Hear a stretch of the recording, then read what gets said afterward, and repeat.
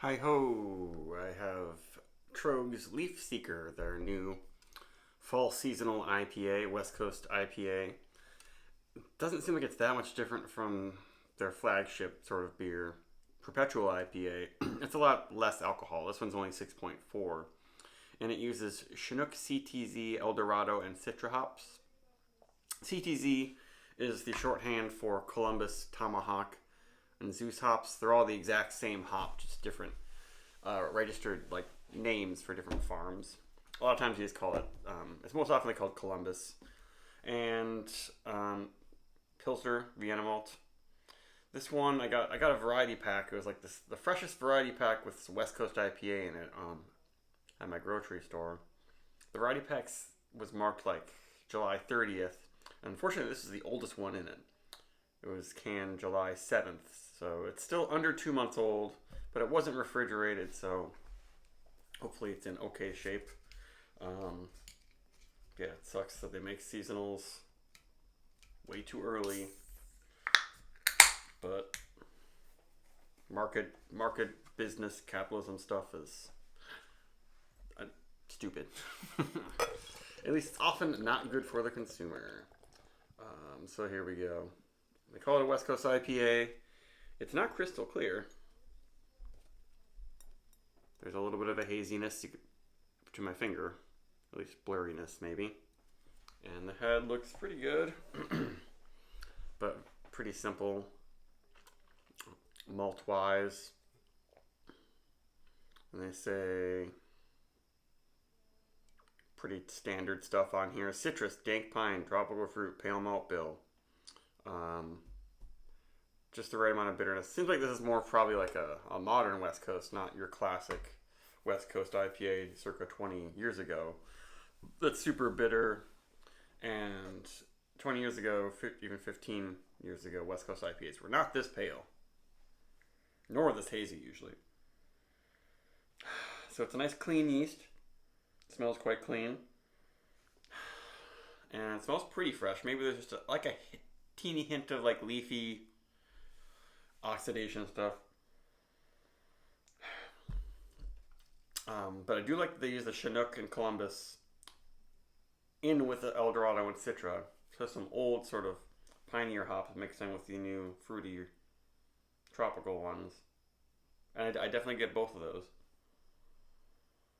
It's like a little bit peachy and a little bit grapefruity and orangey, but like orange candy too, sort of sweet citrus. It's not that dank, but there's definitely a little bit of pine. But lots of like candy sweet citra, almost bubblegum, cotton candy bubblegum type thing. Maybe a hint of like a Fruit Loops type thing, like from or Jolly Ranchers. That's what Eldorado always throws at me. Some sort of like mixture of a bunch of different fruit candy cereally flavors.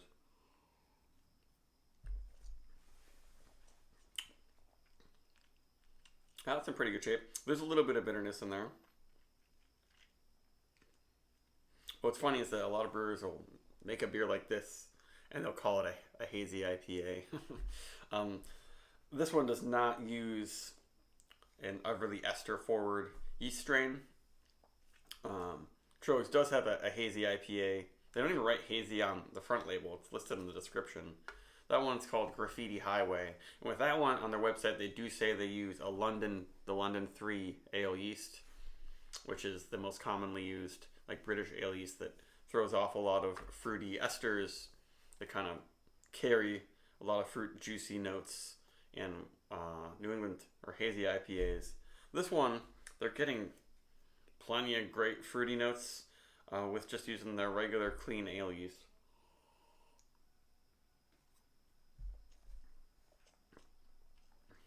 And maybe like I don't know if it really has any oxidation or old age to it yet. It might just be the Chinook. Chinook hops I like, but especially Chinook, and when you combine a bunch of old fashioned sort of C hops, they kind of almost have this slightly oxidized thing to them. Um, Especially I think Centennial. Certain hops can seem to oxidize faster, But also that's just the taste of them, like a woodier hop. Woodiness makes me think of oxidation, so it might not be that. Because it's in pretty good shape, I think.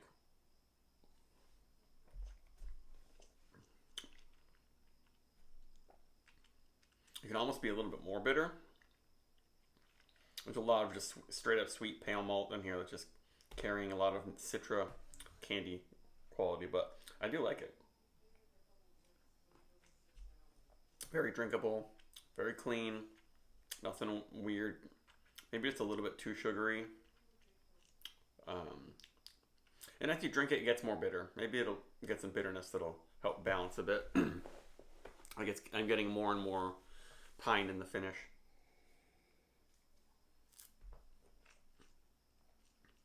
It feels fine.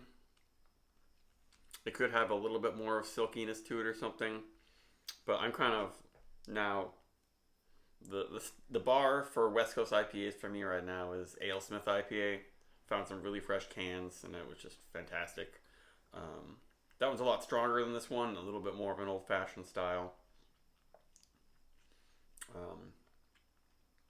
This one doesn't quite live up to that.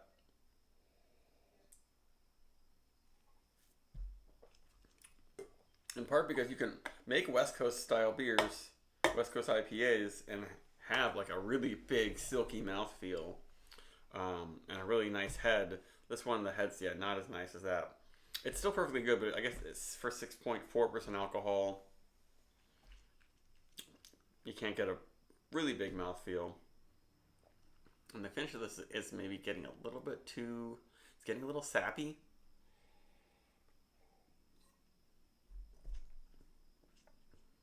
Am I noticing oxidation in there? I don't know. But at any rate, for a beer that's sitting on the shelves of your grocery store and it's almost 2 months old, I'm happy with it. For a rating, it's definitely over a 4. I don't know if I'm getting a lot of big tropical fruit notes. Excuse me. But it has a pretty complex hop character. I guess I didn't do this, did I? Leaf Seeker. It's worth it. 4.05.